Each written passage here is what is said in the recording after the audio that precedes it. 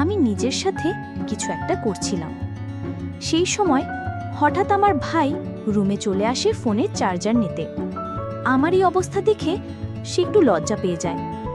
আমিও খুব অস্বস্তি বোধ করি। পরে তাকে জিজ্ঞাসা করলাম, কি হয়েছে, কেন এসেছিস রুমে? সে একটু সংকোচের সাথে বলল, মোবাইলের চার্জার নিতে। আমি তাকে বললাম, এসো পাশে বসো।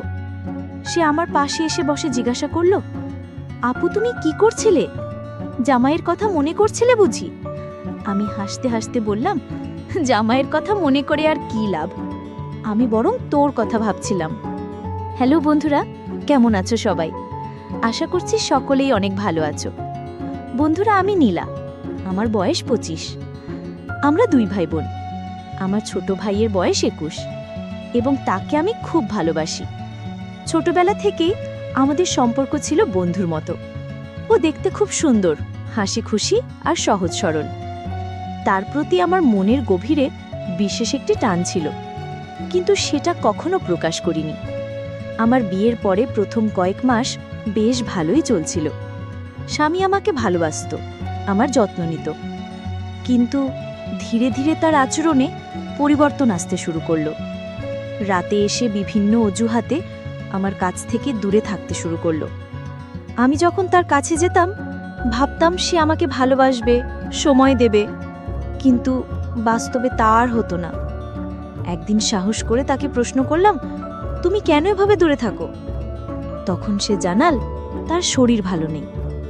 আমি বুঝলাম তার একটি গুরুতর অসুস্থতা আছে, যা আমাদের সম্পর্ককে ধীরে ধীরে বিষাদময় করে তুলছে।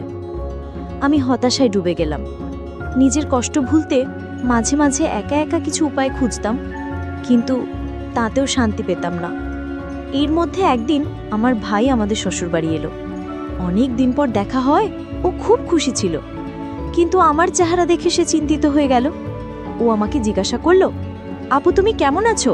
তোমার মুখ দেখে তো মোটেও ভালো মনে হচ্ছে না। আমি ওকে কিছু বলিনি, শুধু মুচকি হেসে বললাম, সব ঠিক আছে। সে আমাকে জোর করে বাড়ি নিয়ে যাওয়ার কথা বলল। আমি প্রথমে রাজি হইনি, কিন্তু পরে মনে হলো বাড়িতে গেলে হয়তো একটু ভালো লাগবে, তাই বাড়িতে এলাম।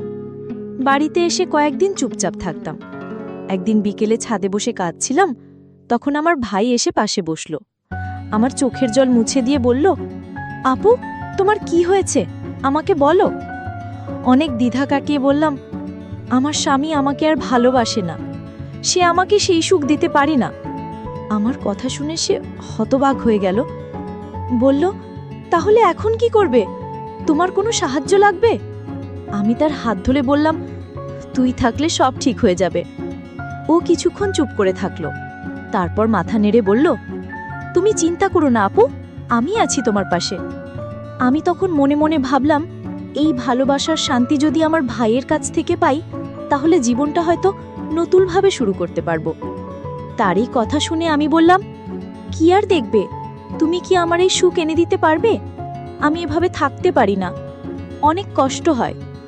সে আর কিছু না বলে আমাকে নিয়ে নিচে চলে আসে নাস্তা করার জন্য। আমরা নাস্তা করলাম এবং অনেক গল্প করলাম।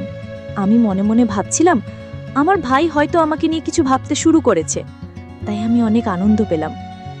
এরপর থেকে আমি আমার ভাইয়ের কাছাকাছি থাকতে শুরু করলাম, আর সেও আমার কাছাকাছি থাকতে পছন্দ করল। এখন প্রতি রাতে আমি আমার ভাইয়ের কথা ভাবতে ভাবতে নিজের সাথে বিভিন্নভাবে আনন্দ নিতে থাকি। একদিন রাতে ঘুমানোর জন্য রুমে চলে যাই। ঘরের দরজা প্রায় খোলা ছিল।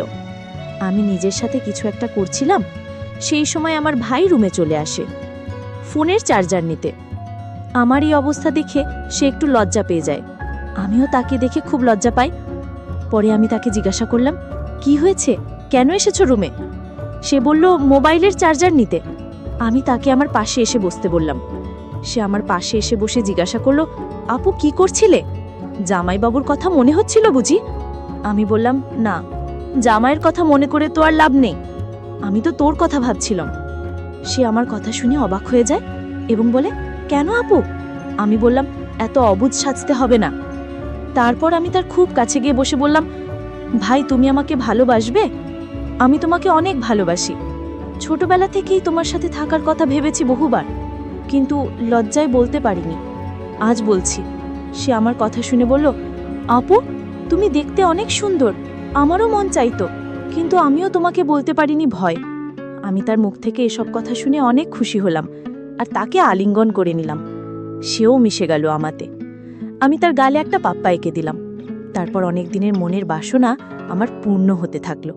সেই রাতে আমার রুমে অনেকক্ষণ ছিল আর আমাকে অনেক ভালোবাসা দিল, যেটার জন্য আমি এতদিন অপেক্ষা করছিলাম। পরে সে তার রুমে চলে গেল আর বলল, একটু পরে যেন আমার রুমে আসো, কারণ অনেকক্ষণ হলো আমি তোমার রুমে আছি, কেউ যেন সন্দেহ না করে। পরে আমি সুযোগ বুঝে তার রুমে গিয়ে আবার শুরু করলাম বাকি কাজগুলো। আমার ভাইয়ের এসব দেখে আমি তো অবাক হয়ে গেলাম। ভাবছিলাম যদি কিছুদিন আগে এসব হতো তাহলে আমি হয়তো বিয়েই করতাম না। আমরা সেদিন অনেকবার ঘনিষ্ঠ সময় কাটিয়েছিলাম। যেই ভালোবাসা আমার ভাই আমাকে দিয়েছে, এতদিনেও আমার স্বামী আমাকে এই রকম ভালোবাসা দিতে পারেনি। তাই আমি মনে মনে ঠিক করলাম আমি আমার স্বামীকে ছেড়ে দেব এবং বাড়িতেই থাকব, আর আমার সব অপূর্ণতা আমার ভাইয়ের কাছ থেকে পূরণ করব। এরপর থেকে আমি আর আমার ভাই একসাথে অনেক সময় কাটাতে শুরু করলাম। আমরা সবার অগোচরে এই সম্পর্কটা চালাতে লাগলাম, কারণ কেউ যদি এই সম্পর্কের কথা জানতে পারে তাহলে অনেক খারাপ মন্তব্য করবে। তাই আমরা খুব সাবধানে আমাদের সম্পর্কটা চালিয়ে যেতে থাকলাম। আমি এখন অনেক খুশি, কারণ আমার ভাই আমাকে অনেক ভালোবাসে এবং যত্ন নেয়। আমরা অনেক সময় বাইরেও ঘুরতে যেতাম, সেখানেও সুযোগ পেলে আমি আমার ভাইয়ের কাছ থেকে ভালোবাসা নিতাম। সেও আমার সাথে খুব খুশি ছিল, তাই সে আমাকে অনেক সময় দিত। কিছুদিন পর আমি আমার স্বামীকে ছেড়ে দিই।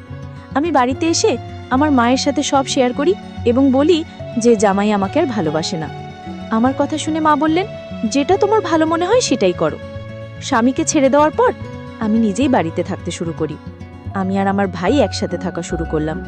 অনেক সময় কাটাতাম, গল্প করতাম, যা আমার জন্য অনেক ভালো সময় ছিল। এখন আমরা সুযোগ পেলেই আপনভাবে সময় কাটাই।